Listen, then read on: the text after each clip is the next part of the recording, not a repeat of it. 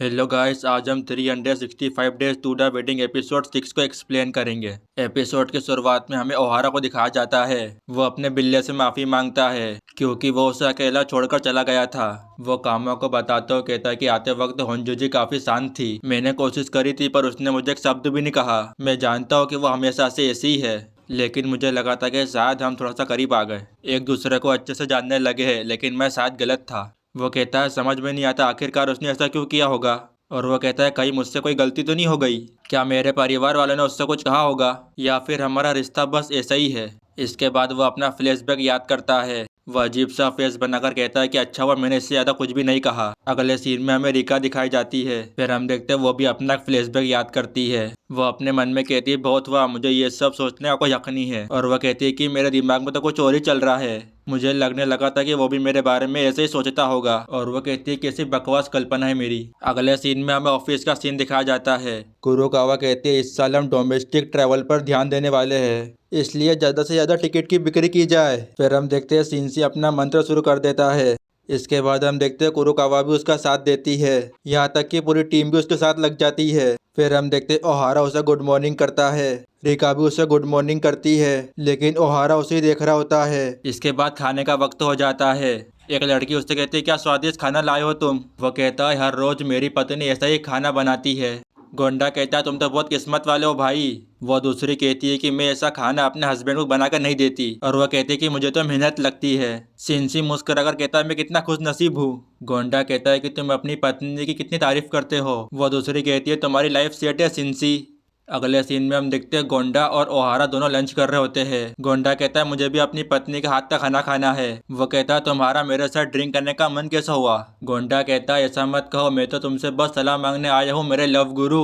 ओहारा कहता है कि मैं कोई लव गुरु नहीं हूँ। फिर हम देखते वो जाने की बात करता है। गोंडा कहता है कि मैं ऐसा क्या करूँ कि कोमिया चांद मुझे पसंद करने लगे। वो बताता है कि वो तो मेरी तरफ देखती भी नहीं है। लड़कियां लड़कों की तरफ तब देखती है जब उन्हें पसंद करती है। ओहारा कहता है ऐसा जरूरी नहीं होता है। गोंडा गुस्से में कहता है कि ऐसा ही होता है, मैं चाहता हूँ कि वो मुझे घंटों तक घूरे। ओहारा अपनी बिल्ली से कहता है तुम्हें पता है कामा, आज पूरा दिन रिका ने मेरी तरफ नहीं देखा। वो कहता है लगता है मुझसे कोई गलती हो गई है। इसके बाद हमें ऑफिस का सीन दिखाया जाता है। वहाँ पे सब परेशान हो रहे होते हैं। केसुके कहता है क्या तुम्हें पता है सिंसी सा कहाँ है, लेकिन ओहारा उसे मना कर देता है। वो कहता है कि आज सुबह से उससे बात नहीं हो पाई है। ओहारा अपने मन में सोचता है कि वो आज काम पे नहीं आया, वो तो जेटीसी का बहुत मेहनती एम्प्लॉय है।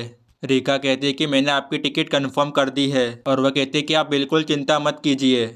ओहारा कहता है कि लगता है हमारी प्रॉब्लम बढ़ती जा रही है। वह नीचे मुंह करके कहती है हाँ तुमने सही कहा। इसके बाद ओहारा पूरी तरह से शॉक हो जाता है। फिर उसे गोंडा का फ्लैशबैक याद आता है।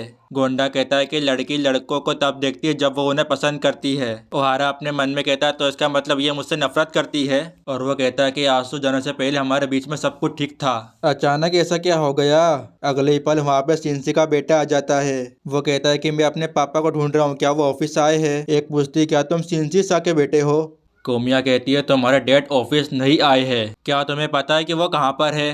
वो बच्चा कहता है कि कल रात को मॉम डैड के बीच में झगड़ा हुआ था। मम्मी ने कहा था कि वो पापा को डिवोर्स देना चाहती है। इसके बाद वो चारों हैरान हो जाते हैं। ओहारा से कहता है कि तुम इसके डैड को ढूंढने में इसकी मदद करो। ओहारा कहता है क्या मैं जाऊं। वो बंदा कहता है कि तुम ही यह काम कर सकते हो। और वो कहता है कि तुम्हारा काम मैं कर दूंगा। ओहारा अपने मन में सोचता है कि उसका डिवोर्स होने वाला है। और वो कहता है कि कल तो वो बहुत खुश लग रहा था, लगता है कि उन्होंने मुझ पर बहुत बड़ी जिम्मेदारी सौंप दी है। उसका बेटा ओहारा को बिजनेस फाइल दिखाता है। और वो कहता है कि साथ इससे पता चल सकता है कि वो कहाँ जा सकते हैं। ओहारा कहता है चलो एक एक करके सब देखते हैं। वो चलते हुए कहता है कि तुम्हारी मॉम कहाँ है। बच्चा कहता है कि वो अपने कमरे से बाहर नहीं निकली। इसके बाद वो उन्हें गेम सेंटर ढूंढते हैं। इसके बाद वो कॉफी शॉप वाले से पूछते हैं, लेकिन उन्हें वहाँ पे भी कुछ भी पता नहीं चलता। इसके बाद वो एक छोटा सा ब्रेक लेते हैं। ओहारा अपने मन में कहता है कि इसका जोश कम हो रहा है, मैं ऐसा क्या करूँ कि इसका जोश बना रहे। वो कहता है लगता है पापा कभी घर लौट कर नहीं आएंगे। और वो कहता है कि कल सुबह तक तो बिल्कुल ठीक था। वो बच्चा रोते हुए कहता है कि मुझे कल का दिन वापस चाहिए।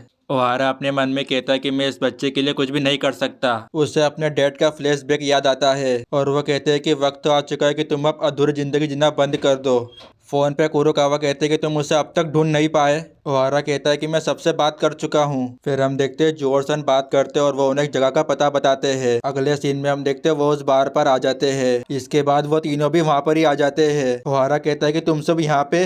गोंडा कहता है कि जोर सन ने हमें बताया तो हम भी यहाँ पर आ गए। ओहारा कहता है कि कोमिया सन तुम इस बच्चे के साथ बाहर ही रुको, और वो कहता है कि ये छोटा बच्चा, इसे बाहर के अंदर कैसे ले जाऊं। फिर हम देखते हैं वो ओहारा की बात मान जाती है। इसके बाद वो तीनों अंदर आते हैं। फिर हम देखते हैं वो तीनों उसी को ही देख रहे होते हैं। ओहारा कहता है कि सिंसी सान, उसकी हालत देखकर वो तीनों शौक हो जाते हैं। ओहारा अपने मन में कहता है इसने अपना क्या हाल बना लिया है। वो कहता है हाय दोस्तों, मैं आज ऑफिस नहीं आ पाया, और वो कहता है कि मैं कुछ जरूरी काम में बिजी हूँ इसलिए मैं नहीं आ पाया। इसके बाद हम देखते हैं वो अपना नाम उस कागज पे से मिटा रहा था। वो कागज कोई और नहीं बल्कि वो डिवोर्स पेपर था। वो तीनों उसकी हालत देख रहे होते हैं। सिंसी कहता है जरूर कुछ गड़बड़ है इसलिए तो नाम नहीं मिट रहा है। वह इतनी जोर से करता है कि इरेजर ही टूट जाता है। इसके बाद हम देखते हैं वो इमोशनल हो जाता है और वह कहता है कि मुझे लौटा दो मेरी पहले की जिंदगी। इसके बाद वो वहाँ से भाग जाता है, लेकिन उसका बेटा उसे भागते हुए देख लेता है। इसके बाद हम देखते हैं ऑफिस के सारे मेंबर भी वहाँ पर आ जाते हैं। ओहारा कहता है कि वो उस तरफ भागा है। इसके बाद हम देखते हैं सब उसे ढूंढने लग जाते हैं, यहाँ तक कि उसका बेटा भी। फिर हम देखते हैं वो तीनों उसी को देख रहे होते हैं। वो पेड़ पर बैठा था। केसुके कहता है कि वो गोरिल्ला बन चुका है। ओहारा कहता है कि अब हम क्या करेंगे। इसके बाद हम देखते हैं वो भाग जाता है और वह तीनों उसी को ही पकड़ रहे होते हैं। गोंडा कहता है कि उसे केले का लालच देकर उसे पकड़ लेंगे। ओहारा कहता है कि वह सच में गोरिल्ला नहीं है। केसुके कहता है कि लगता है इसे बेहोश करना पड़ेगा। एकदम से वो आ जाता है और वो उसका पीछा करते हैं। अगले सीन में हम देखते हैं रिका उसे पकड़ लेती है। फिर हम देखते हैं वो रोते रोते पापा कहता है। ये देखने के बाद रिका को उसका फ्लैशबैक याद आता है। रिका उससे कहती है तुम थोड़ी देर मेरे साथ बैठो ना। इसके बाद हम देखते हैं वो दोबारा भाग रहा होता है। फिर हम देखते हैं वो उसे एक जोरदार मुक्का मारता है। ओहारा कहता है क्या जबरदस्त पंच मारा है। जोश कहता है कि चलो अब घर चलो। वो कहता है कि मैं घर जाना नहीं चाहता। वो रोते हुए कहता है कि मैं गोरिल्ला बनकर रहना चाहता हूँ। और वह कहता है कि इंसान बनकर देख लिया मैंने। अगर मुझे पता होता है कि शादी होने के बाद मेरा ये हाल होता तो मैं शादी नहीं करता, और मैं कभी भी शादी नहीं करता। फिर हम देखते हैं उसका बेटा रोते हुए उसके पास आता है। फिर हमें ऑफिस का सीन दिखाया जाता है। कुरुकावा उन सबके अंदर जोश डालने की कोशिश करती है, लेकिन सबका मूड खराब था। कुरुकावा कहती है थोड़ा और जोश दिखाओ दोस्तों। केसुके कहता है कि कल रात उसके साथ जो कुछ भी हुआ उससे देखने के बाद हम तो उदास होंगे ना। उसके सारे दोस्त उसकी ही बात कर रहे होते हैं। वो कुरुकावा से कहते कि तुम्हारे साथ भी ऐसा ही हुआ है। कुरुकावा कहती हाँ शायद होता होगा। केसुके कहता है लो कर लो बात, अब तो ये पूरा मुद्दा मर्दों पर ही हो गया। ये सब होने के बाद कुछ मर्द शादीशुदा जिंदगी कैसे गुजार रहे हैं। गोंडा कहता है मुझे तो उसे देखकर बहुत जलन होती है। गोंडा ये भी कहता है कि डिवोर्स तब होगा जब मेरी शादी होगी। और वह कहता है कि जब मैं शादी तक ही नहीं पहुंच पाया तो मुझे डिवोर्स के बारे में बात करने का क्या हक है। फिर हम देखते हैं वो ओहारा से कहता है तुम्हें भी एक बार सोच लेना चाहिए। गोंडा कहता है अरे चुप रहो, अभी अभी तो उसने शादी करने के बारे में सोचा है। ओहारा कहता है कि मैं टेप खरीदने जा रहा हूँ। वो शादी के बारे में सोचता है। वो देखता है कि रिका बॉक्स नहीं उठा पा रही तो वो उसकी मदद कर देता है। वो अकलाते हुए हेलो हाई करता है, फिर वो उसे शुक्रिया करती है।